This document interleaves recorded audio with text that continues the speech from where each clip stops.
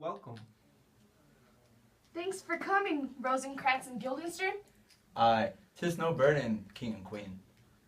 Aye, we are excited to see our dear friend Hamlet. Yes, I am grateful that thou would come to see my too much changed son. We shall do our best to cheer him up, and perhaps we will find the cause of his mood. King Claudius, your ambassadors have returned. Waterman, Cornelius, what news dost thou bring? The Norwegian army hath changed their plans. They no longer seek conflict with us Danes. Yes, instead their attention is focused on the Poles. All that is asked of your honor is that thou allows the army safe passage through Denmark. This is great news, but I will deal with this matter later. Aye, my lord. My king and queen, we must discuss your son's behavior. What dost thou think of it? Methinks young Hamlet is madly in love with Ophelia. And what brings this thought? Aye. Here are his love letters to her. Doubt that the stars are fire. Doubt that the sun doth move. Doubt truth to be a liar. But never doubt I love. I have an idea that will either prove or disprove my theory. The next time Hamlet speaks to Ophelia, we shall hide nearby and see for ourselves whether he is in love. It's worth a try.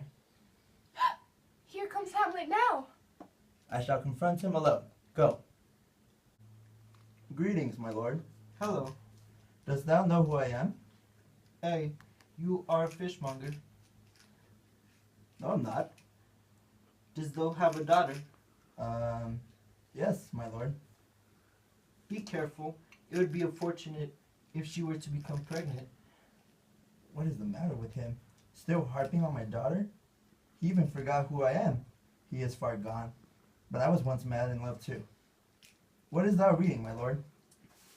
Words, words, words. About what? Between who? What are the words about? Oh, nothing more than lies. They describe old men in such a manner, I believe, but would not write down, since thou would be as old as I, if thou could go backwards like a crab. There's a method to this madness. Would you step outside, my lord? Into my grave. His words are pregnant. He is completely crazy. I shall waste no more time in arranging a meeting between he and Ophelia. I must go, my lord. Curse these old fools. Good to see you, Hamlet. My lord! Ah, it is wonderful to see you, old friends of mine. But what brings you to this prison? Prison? Aye, Denmark is a prison. Then the whole world is a prison. Indeed it is. Now, why hath thou come? Just to visit, my lord. Nothing more. Oh, really? Were you not sent for? Do not lie to me. I know the truth. Yes, my lord. We were sent for. And I know why. Because all these troubles have sent me falling into despair and sadness.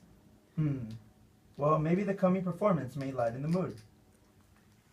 Thou art welcome to stay, but know that my uncle father and sister mother are only fooled by my madness. I am only mad sometimes. Here come the players. Ah, you player, come. Yes, my lord. How about a speech? But of course. Let us remember the fall of Troy, and let us say farewell to the Trojan king and queen, Priam and Hecuba. Excellent speech. Tomorrow I expect to see the murder of Gonzago performed.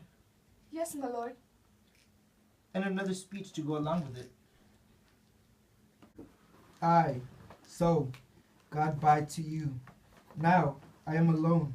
Oh, what a rogue and peasant slave am I. It is not monstrous that this player here, but in a fiction, in a dream of passion, could force his soul so to his own conceit, that from her working all his visage wand, tears in his eyes, distraction in its aspect, a broken voice, and his whole function suiting, with forms to his conceit, and all for nothing.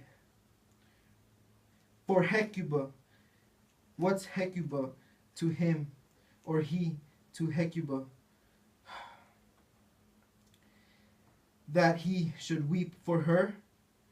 What would he do, had he the motive and the cue for passion that I have?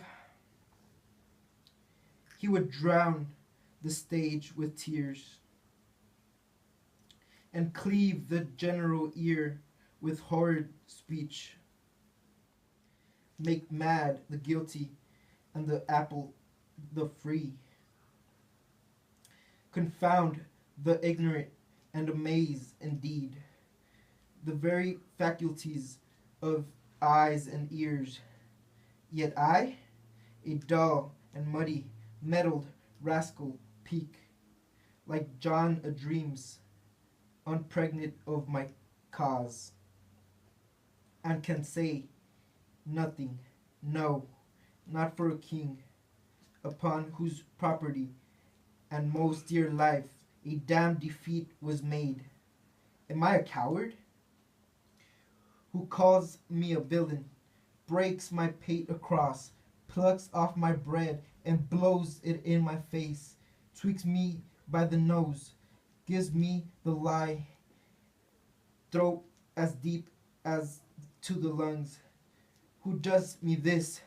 Ha! Swoons, I should take it. For it cannot be, but I am pigeon-livered and lack gall to make oppression bitter, or ere this I should have fatted all the region kites with this slave's awful, bloody body villain, remorseless, treacherous, lecherous, kindless villain. Oh, vengeance! What an ass am I! This is most brave, that I, the son of a dear father, murdered, prompted to my revenge by heaven and hell, must like a whore unpack my heart with words, and fall a cursing like a very drab, a stallion, fie upon foe about my brains.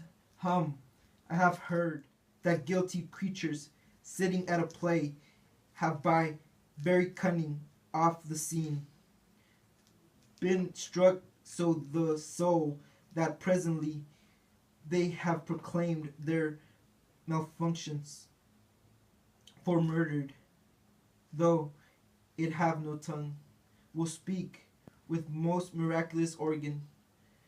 I'll have these players play something like the murder of my father before mine uncle.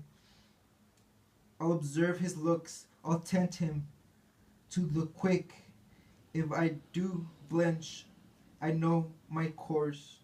The spirit that I have seen may be the devil, and the devil hath power to assume and pleasing shape, yea, and perhaps out of my weakness and my melancholy, as he is very potent with such spirits, abuses me to damn me. I'll have grounds more relative than this. The play's the thing wherein I'll catch the conscience of the king.